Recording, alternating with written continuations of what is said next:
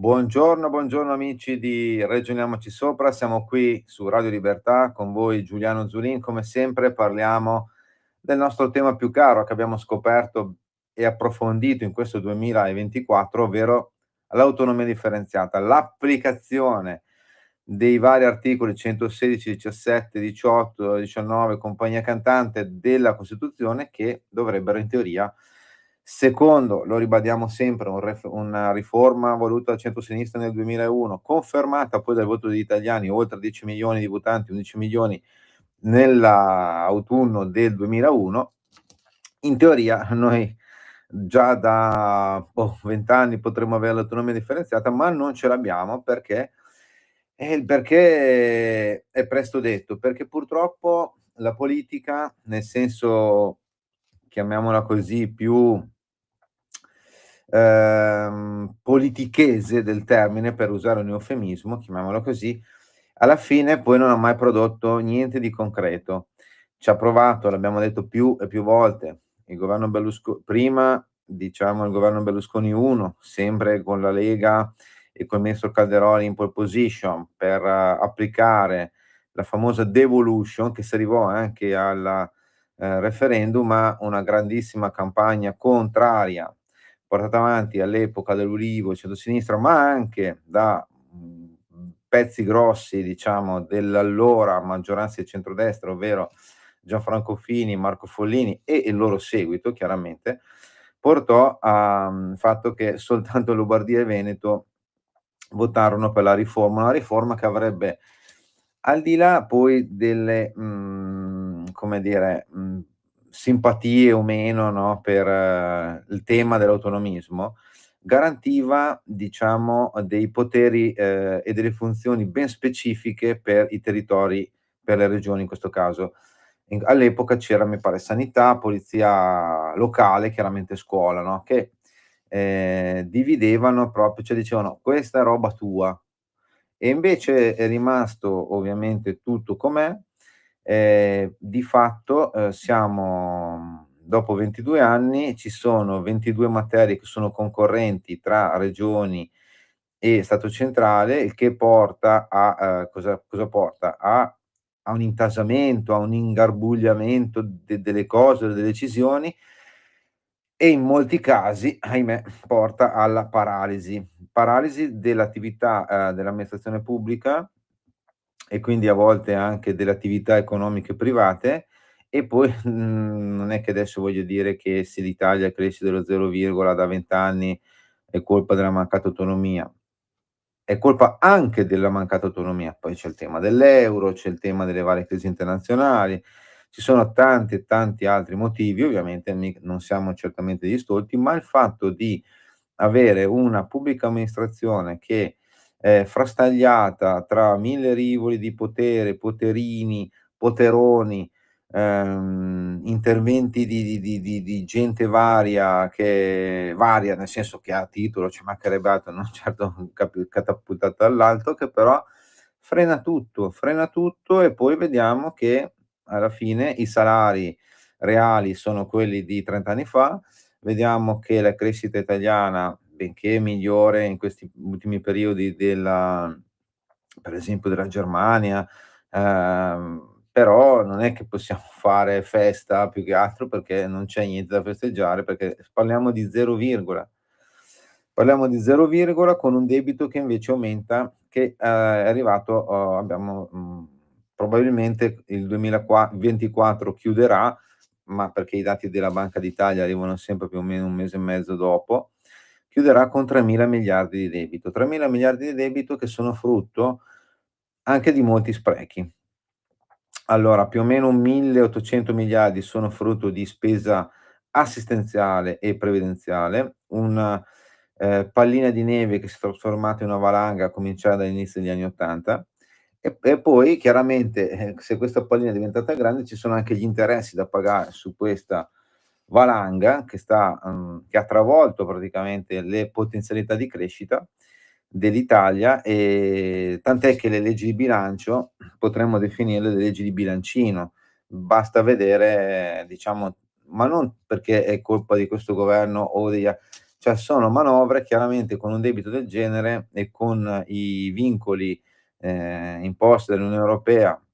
sottoscritti comunque dall'Italia, qualsiasi governo, ci mancherebbe, non è che vengono imposti con la forza, questo ti porta a, un paese che va avanti soltanto grazie all'iniziativa privata e alla buona volontà dei milioni di lavoratori e imprenditori che ogni giorno, ogni mattina si svegliano e portano avanti e cercano di portare avanti i loro interessi per il proprio benessere, che poi di conseguenza diventa benessere comune. Però se andiamo a vedere proprio cosa porta in sé la pubblica amministrazione, parliamo di tutti i livelli di territorio, di poteri, chiamiamoli amministrativi, in alcune regioni, territori, comuni, vediamo che c'è qualcosa, c'è l'attivismo, c'è la volontà di migliorare il territorio, c'è di far bene. In altri territori, vediamo che invece non succede niente. Si creano le disparità, disparità che,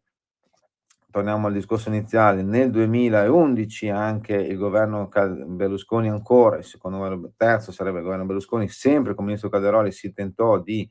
avviare una riforma,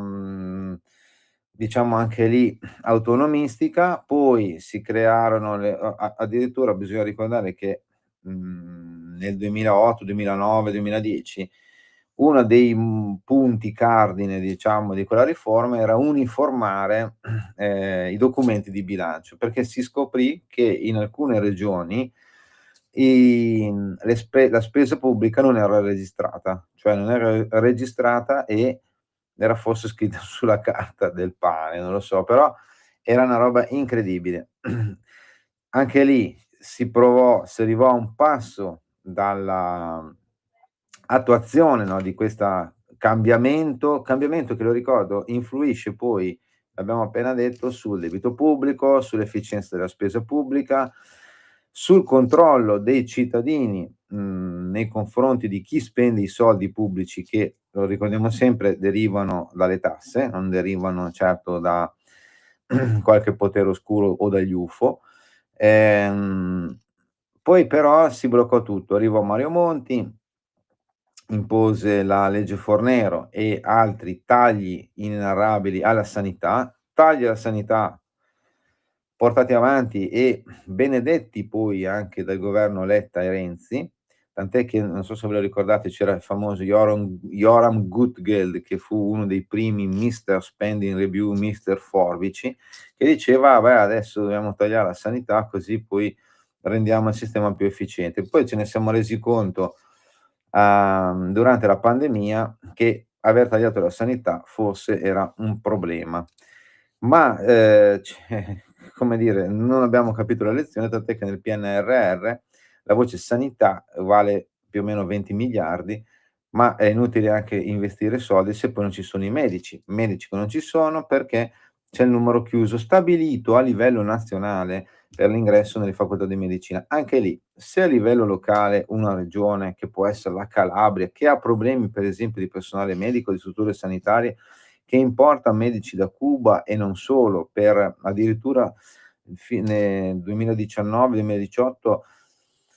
ehm,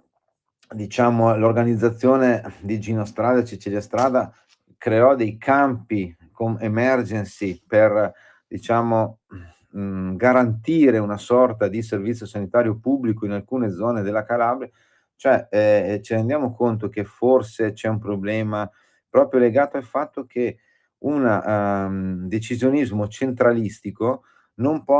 va ad aiutare i territori, perché una ricetta uguale per tutti, sappiamo che se siamo in 21 a cena e, il padrone di casa prepara un piatto uguale per tutti, magari può essere che 10 non mangino, perché o sono allergici o hanno gusti diversi e quindi può essere che 11 mangino e 10 non mangino, il che cosa comporta? Che qualcuno sarà più grasso, qualcuno sarà invece più magro e questa disparità giorno dopo giorno, perché se il piatto è sempre quello, aumenta, avanza sempre di più finché a un certo momento c'è qualcuno che non ce la fa più a sopravvivere e altri invece che sono neanche grassi, perché poi alla fine se mangi sempre la stessa roba, come succedeva nel 1860, 1850, se tu ti mangi una polenta dalla mattina alla sera, poi ti viene la pellagra, per cui anche mangiare la stessa roba non porta sempre niente di buono. Questo per dire, non per sfociare nell'ambito, culinario, ma per dire che quello che ci aspetta adesso nel 2025 è purtroppo, lo diciamo, sempre, l'abbiamo detto all'inizio, questo politichese che affossa o comunque rallenta dopo la sentenza della Corte Costituzionale e dopo l'okay al referendum della Cassazione sulla legge 86, cioè la legge Calderoli, che in teoria dovrebbe essere quella attuativa del dettato costituzionale sull'autonomia differenziata. Adesso cosa c'è? Entro il 20 gennaio la Consulta deve dire se, si può fare o no questo referendum abrogativo. Come la Cassazione ha detto: "Sì, okay, avete raccolto le firme, potete farlo". La Consulta in realtà ha detto che la legge Calderoli va bene, bisogna cambiarla, abbiamo detto, no, in 25 parti, di cui sostanziali più o meno sono 2, cioè ovvero che i LEP, cioè i livelli essenziali di protezione, non vanno decisi da un decreto ministeriale, anche se ricordo sempre che a livello di quando ci fu il Covid, i decreti ministeriali erano ben forti e ben potenti e hanno influito sulla vita dei cittadini. E dice che invece devono essere fatti prodotti dal Parlamento, che ci sta anche, perché alla fine è una cosa che non può essere cambiata magari da un governo all'altro, ma deve essere fissa per sempre, perché altrimenti senza regole fisse per sempre è anche difficile investire. Ma adesso cosa succede? Che giudici della Consulta. Siamo a Capodanno praticamente e non c'è ancora l'idea di nominare questi 4 giudici, 2 spettano al centrosinistra, 1 al centrodestra scusate, 1 al centrosinistra, 1 dovrebbe essere un tecnico. Poi c'è l'altro tema di dire che okay, e se questi non riusciamo a se il Parlamento non riesce a eleggere questi 4 giudici della Consulta, chi deciderà le sorti del referendum? Le deciderà, la "vecchia" tra virgolette corte o comunque quella non rinnovata Corte Costituzionale, quella che di fatto ha comunque approvato la legge Calderoli, quindi se dovesse dire sì al referendum forse potrebbe essere una contraddizione nei suoi confronti, chi lo sa, no? Alla fine, c'è poi questo aspetto e poi c'è l'altro aspetto che secondo me fa un po' tristezza, diciamo la verità, che, si è visto già con il governatore De Luca della Campania, acerrimo nemico della legge Calderoli, ma nello stesso tempo uno che adesso non vuole più il referendum. Prima ha fatto raccogliere le firme, adesso non lo vuole più perché? Perché si vota alle regionali in Campania. Si vota poi si dovrebbe almeno votare le regionali in Puglia, poi ci sono le Marche, poi ci sarà forse c'è la Toscana, c'è la Val d'Aosta, si dovrebbe votare anche in Veneto, ma non si capisce bene perché si possono spostare le date, si parla di un unico election day, ma magari nel 2026. Ehm, Resta il fatto che e poi c'è il tema del premierato. Vabbè, ma adesso c'è la pausa, ci ascoltiamo una canzone, poi ne parliamo dopo. Ragioniamoci sopra. State qui ovviamente, eh.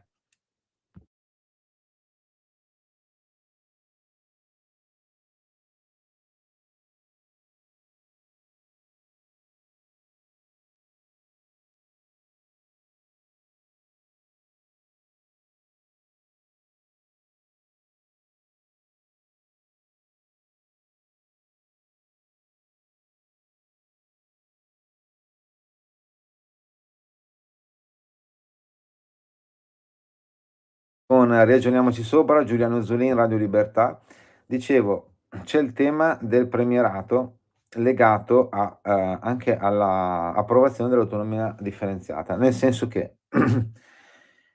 se, il premierato adesso è fermo, no, da mesi e mesi alla Camera mi pare. Ecco, lì cosa succede? Che in teoria deve essere approvato. Però se viene approvato poi ovviamente c'è una modifica costituzionale, dovrà tornare al Senato, poi ritornare alla Camera, perché la Costituzione prevede una di fatto 4 letture, 4 votazioni. Non si raggiungerà ovviamente una maggioranza dei 2/3, come prevede la Costituzione, per, evitare il referendum. Qualcuno chiederà un referendum che è diverso, perché bisogna stare tranquilli e ragionarci sopra. Il referendum che si dovrebbe tenere sul premierato è diverso da quello sull'autonomia, perché mentre quello sull'autonomia, ammesso che la consulta sia formata da 15 membri, come prevede la Costituzione, adesso sono 11, ne mancano 4 e non si sa chi dovrà decidere se sì o no al referendum sull'autonomia. Ecco, quello è un referendum abrogativo, perché si dice si può abrogare una legge o parte di una legge. Invece il referendum sul premierato sarebbe un referendum, diciamo, confermativo che, come dire, vuoi che quella roba votata dal Parlamento vada bene o no? Quindi se la vuoi dici sì, se invece non la vuoi dici no. Stessa roba invece il contrario per quanto riguarda, la legge sull'autonomia, cioè se la vuoi dici no o stai a casa per non arrivare al quorum, mentre se la vuoi abrogare dici sì.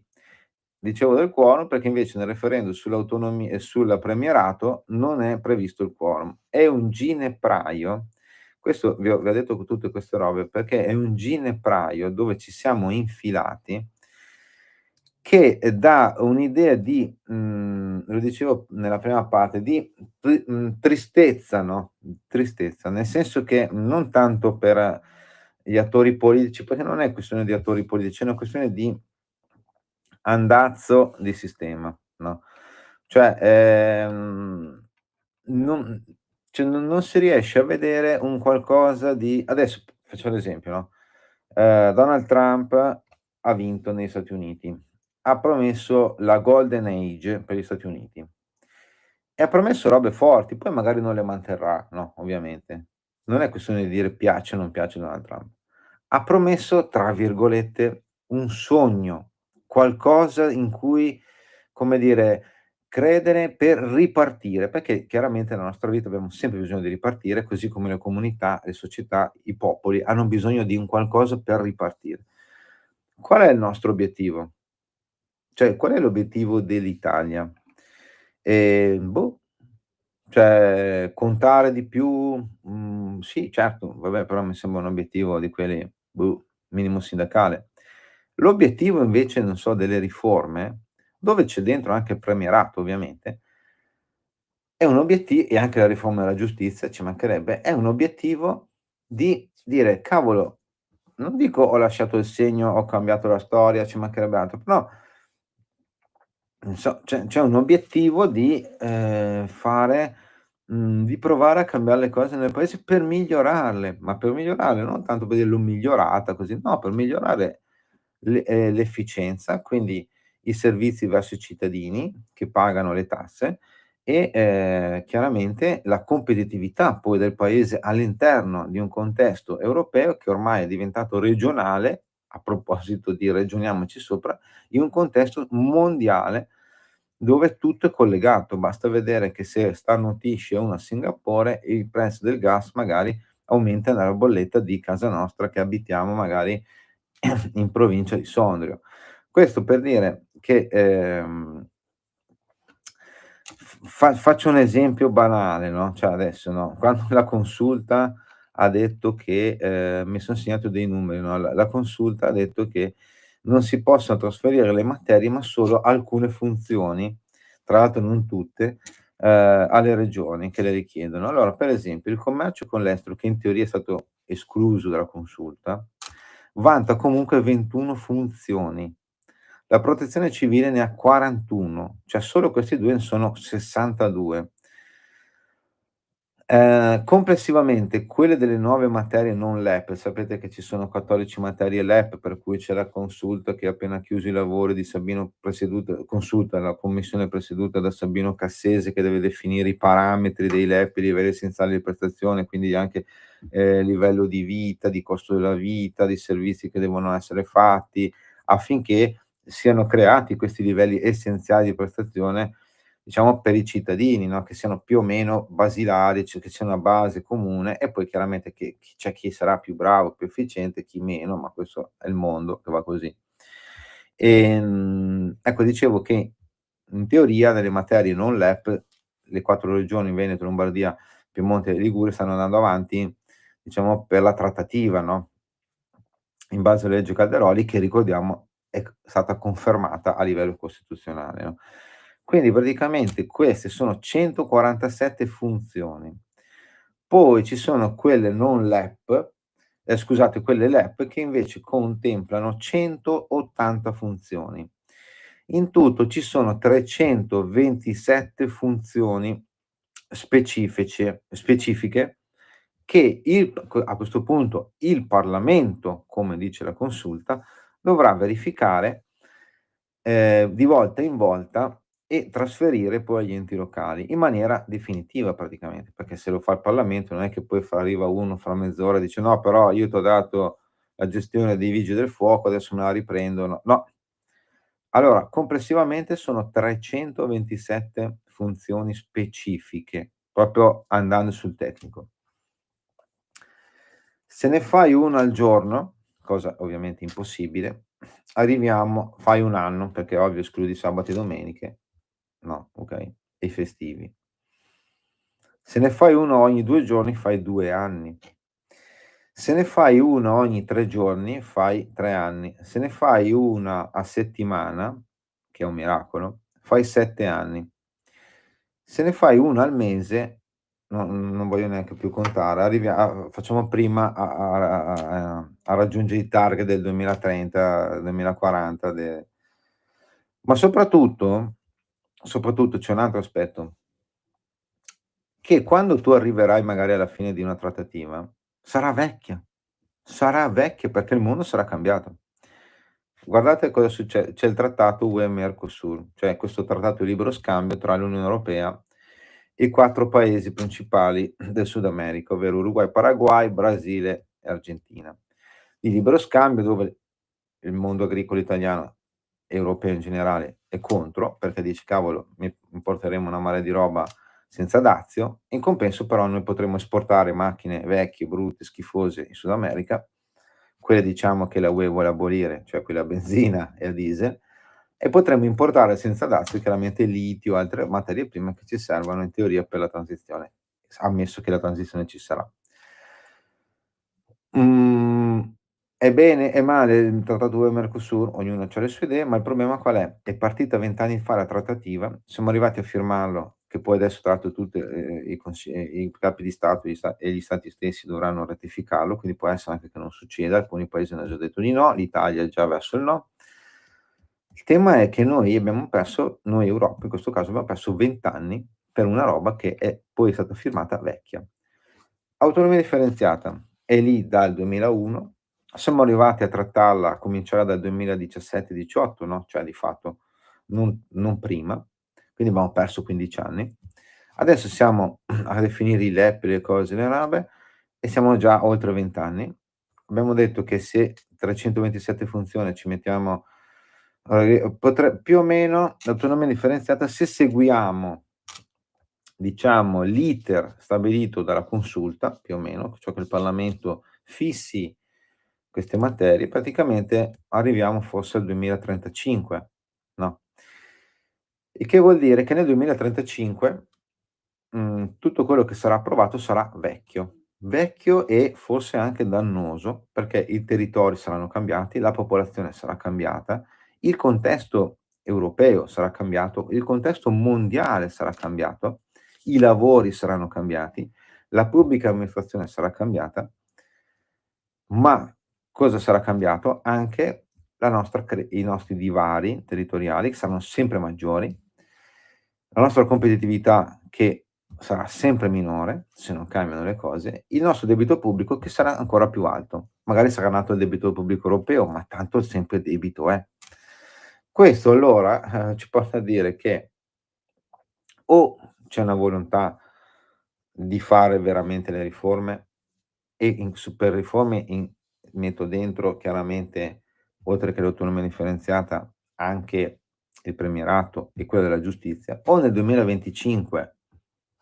invece di guardare se De Luca si candida, se Emiliano si candida, se può,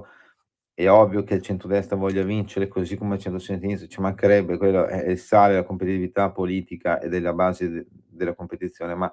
o ci si concentra per veramente cambiare, anche perché poi son passati più o meno 3 anni, no, cioè la terza legge di bilancio, questa qua. O ci si concentra un attimo su, come dire, su veramente provare a fare un cambiamento del paese, altrimenti, cioè, non so poi che paese avremo, cioè, ma il problema è, l'abbiamo detto tante volte qui a Ragioniamoci Sopra, 4 case su 10 al sud sono sfitte, vuote. C'è un'immigrazione continua di cervelli, ma anche le cosiddette braccia. Servizi che, non in certi casi non ci sono più. Ma questo succede non solo al sud, ma succede anche in altri territori, perché anche in altri territori c'è la gente che va via. Cioè il tema è: vogliamo uno Stato efficiente, quindi, per essere efficiente devi avere anche una responsabilità nella gestione della cosa pubblica, scelte più vicine ai cittadini e al territorio, quindi funzionali a il miglioramento della vita delle imprese e delle famiglie che abitano in quel territorio, o vogliamo parlare del nulla? Perché poi non è più una questione di destra o di sinistra, cioè qua è una questione proprio di dire che il 2025 o è l'anno del cambiamento, nel senso delle riforme, e non si perde tempo con le 3 riforme che abbiamo detto, a partire dall'autonomia differenziata, per la quale già subito cominceremo a parlarne entro il 20 gennaio con la decisione della consulta, e poi ci sarà il premierato, e poi in teoria in mezzo c'è sempre la riforma della giustizia, o non lo so dove, non possiamo certo aspettarci che l'Italia non esca dal G8, non vada in fondo alla classifica del G20, perché più rallenti a livello di PIL e più aumenti a livello di debito pubblico, più scendi nella classifica. C'è poco da dire. Ma io adesso vi auguro comunque un buon 2025, perché noi saremo qui sempre a raccontare su Radio Libertà e a tenervi informati, per ragionarci sopra, per avere un'idea chiara. L'unica voce che parla dell'autonomia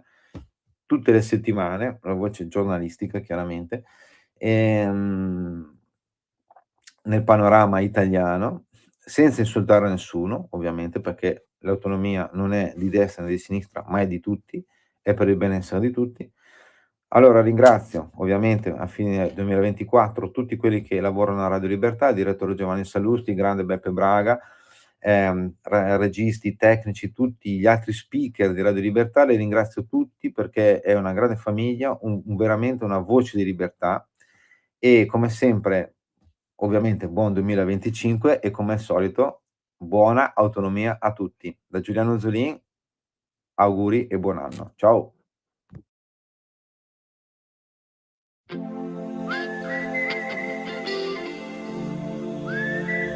Avete ascoltato Regioniamoci Sopra.